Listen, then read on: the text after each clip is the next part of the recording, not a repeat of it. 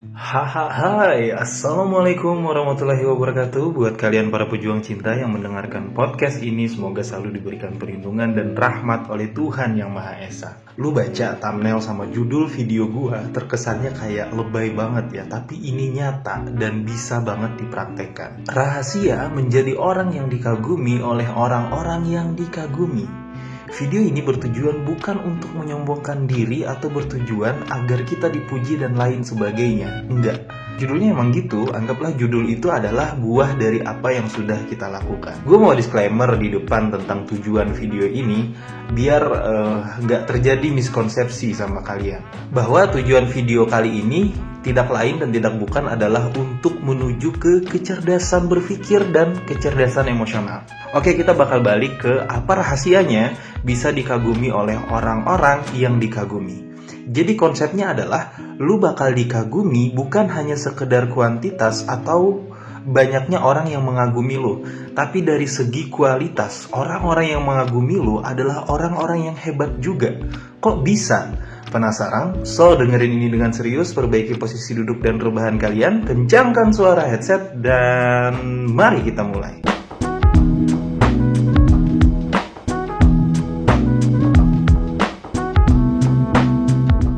Rahasianya sebenarnya simpel, tapi susah untuk dilakuin. Bener, rahasianya simple, tapi pada saat dipraktekkan lumayan susah, tapi bukan berarti nggak bisa. Apa rahasianya? Yaitu melalui komunikasi dan dialektika. Ada beberapa prinsip yang gue ambil dari Socrates tentang prinsip berdialog. Yang pertama, Socrates pernah bilang, I cannot teach anybody or anything, I can only make them think. Kata-kata ini bro ya, luar biasa. Ini kalimat yang luar biasa yang keluar dari Socrates yang bikin gue juga tersepona nih. Artinya adalah, kata Socrates, gue gak bisa ngajarin siapapun atau apapun, gue hanya bisa membuat mereka mikir. Biasa aja bang kata-katanya. Coba lu praktekin. Ngajarin orang itu mudah, ngasih tahu orang itu praktek yang mudah untuk dilakukan. Kita tinggal nambah wawasan, terus wawasan itu kita share atau kita jadikan nasihat kepada orang lain. Orang lain itu akan mendengarkan dan akhirnya kagum sama kita. Itu keuntungannya, dan itu cara yang mudah. Tapi Socrates lebih memilih cara yang lebih susah. Tapi manfaatnya bro, luar biasa, dan itu berkualitas. Dan bukan hanya kekaguman temporari, tapi kekaguman sepanjang masa. Coba lu pikir sekali lagi, untuk membuat orang berpikir, itu gak mudah bro. Bikin orang baper, mudah. Bikin orang marah, mudah. Bikin orang tersinggung, gampang. Tapi bikin orang berpikir, itu sulit banget. Lu mungkin kadang sering ketemu sama orang-orang yang udahlah, lu jelasin aja ke gue yang simple gitu kan. Atau ketika lu berbicara tentang sesuatu yang sedikit berat, dia bilang, aduh gak usah lah mikirin yang kayak begituan, pengennya tuh yang simple-simple aja. Akhirnya lu ajarin dia, lu nasehatin dia, lu keluarkan semua wawasan lu. Tapi untuk membuat orang berpikir gara-gara omongan lu, itu susah. Dan ketika dia mau berpikir gara-gara omongan lu, dan akhirnya bahkan dia tercerahkan gara-gara omongan lu, dia bisa berpikir sendiri, kualitasnya itu jauh lebih tinggi bro. Dia bukan hanya mengkopas, tapi dia menemukan esensi yang sebenarnya dari sebuah dialog atau komunikasi. Artinya lu bukan hanya membuat orang tercerahkan, tapi membuat orang berubah gara-gara lu paksa dia untuk berpikir. Dan orang yang mau berpikir gara-gara omongan lu, dia adalah orang yang berkualitas juga. Dan orang yang berkualitas ini pastinya akan mengagumi lu karena udah bikin dia mikir dan tercerahkan. Gokil gak? Ini baru prinsip pertama. Mau lanjut ke prinsip kedua? Prinsip kedua juga sama dari Socrates ya. Kata dia, education is the kindling of the flame, not the filling of vessel. Pendidikan itu menyalakan api, bukan mengisi bejana. Jadi alasan pria berkualitas untuk berkomunikasi atau berdialog adalah dia punya prinsip bahwa pendidikan yang sehat itu adalah pendidikan yang bisa mencerahkan, yang bisa membuat orang menyala, bukan hanya mengisi bejana. Bukan hanya soal sharing, bukan hanya soal wawasan, tapi mencerahkan dan menyalakan gitu. Aktif berpikir, aktif merenung, aktif mencari dan menggali. Bukan hanya sekedar memenuhi gelas, memenuhi wadah, memenuhi bejana ya, seperti yang dikatakan Socrates. Bayangin, orang bisa ngelakuin itu gara-gara setelah berdialog sama lu. Jadi Lu sebagai pria berkualitas, jangan hanya berpikir bahwa wawasan yang lu baca itu hanya sekedar untuk mengisi atau isian, tapi dia juga harus menyala, bro. Dan nyalanya ini bisa lu bawa kemana aja, lu bisa terbuka, lu bisa mengkaji tanpa penuh dengan tendensi gitu. Atau bahasa sekarang itu open minded lah.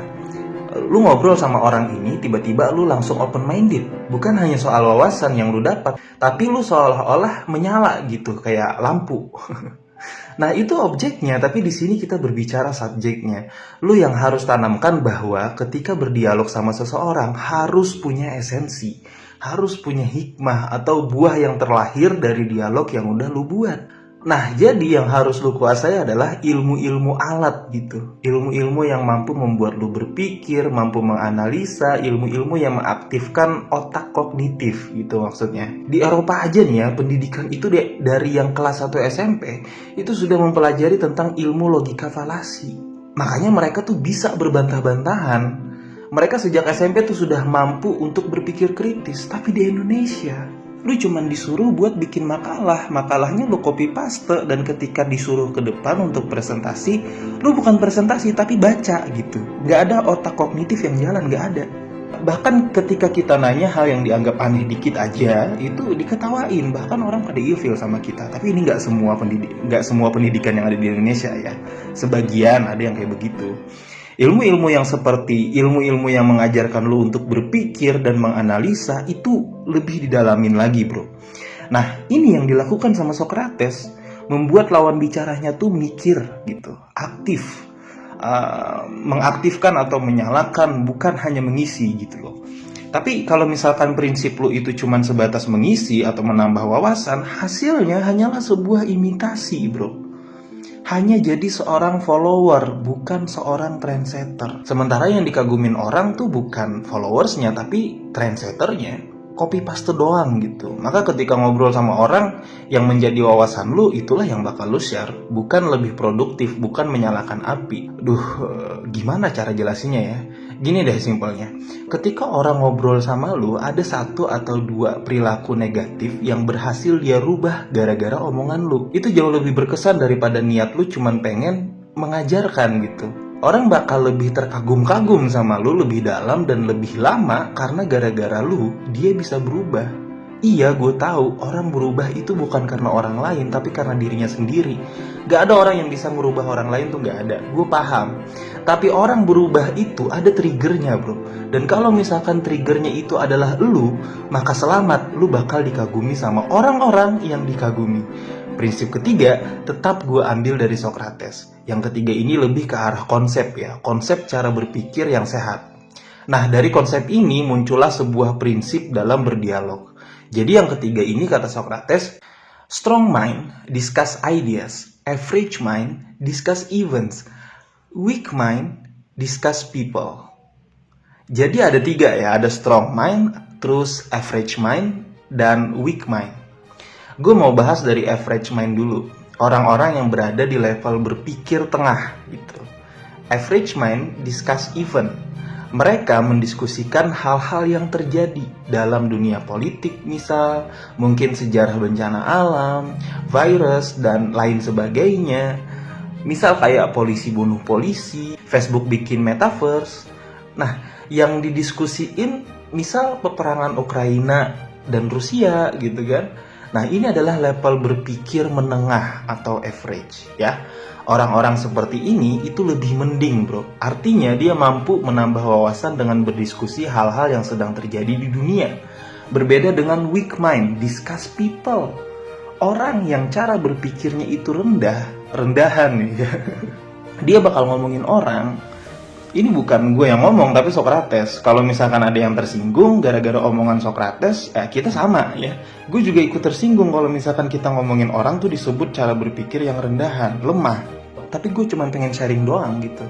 Artinya gue gak mau tersinggung sendiri. Gue mau ngajak kalian semua, yuk kita sama-sama tersinggung dengan prinsipnya Socrates. Maka kita akan melihat karakter orang-orang di Indonesia. Mana yang lebih viral? Kasusnya Ferdy Sambo atau kasusnya Rizky Bilar banting Lesti? Kalau misalkan yang lebih banyak dibahas adalah kasusnya Rizky Bilar KDRT dengan Lesti, Berarti kualitas berpikir kita orang Indonesia itu kebanyakan lemah. Yang levelnya di atas weak mind, ini adalah average mind. Orang-orang yang cara berpikirnya itu menengah. Dia lebih memilih ngobrolin tentang kasusnya Ferdy Sambo, ya. Karena kasusnya Ferdy Sambo ini lebih bermanfaat untuk diobrolin. Kenapa?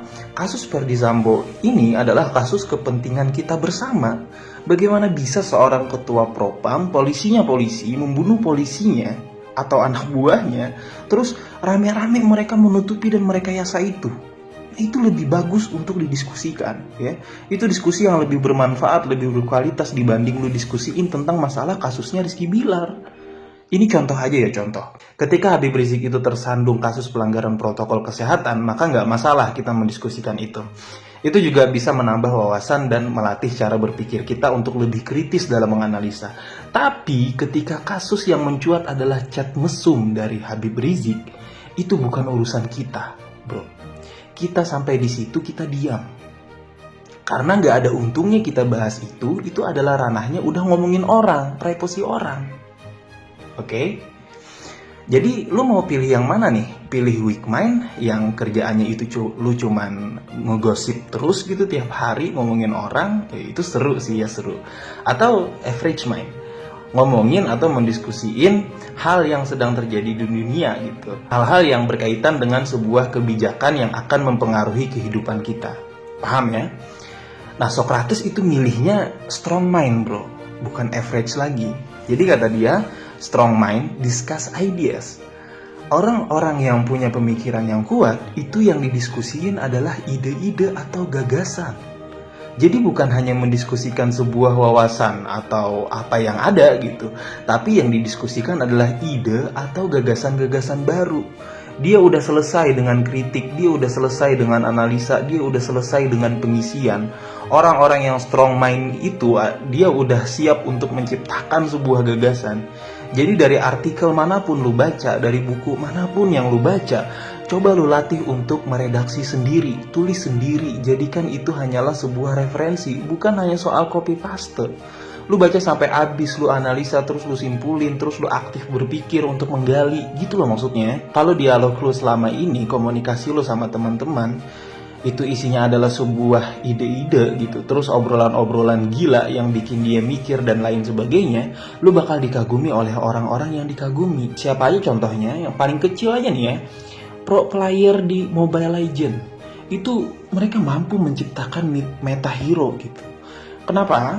Karena yang dia pikirkan adalah ide, bukan hanya soal pengetahuan tentang strategi Mobile Legends ya, tapi ide kreatif yang out of the box gitu. Gimana caranya ini hero bisa dikomboin dengan hero yang lain gitu. Terjadilah meta baru. Contoh yang besar itu misal kayak Bruce Lee ya. Bruce Lee itu dikagumi oleh guru-guru silat lainnya, guru-guru kungfu.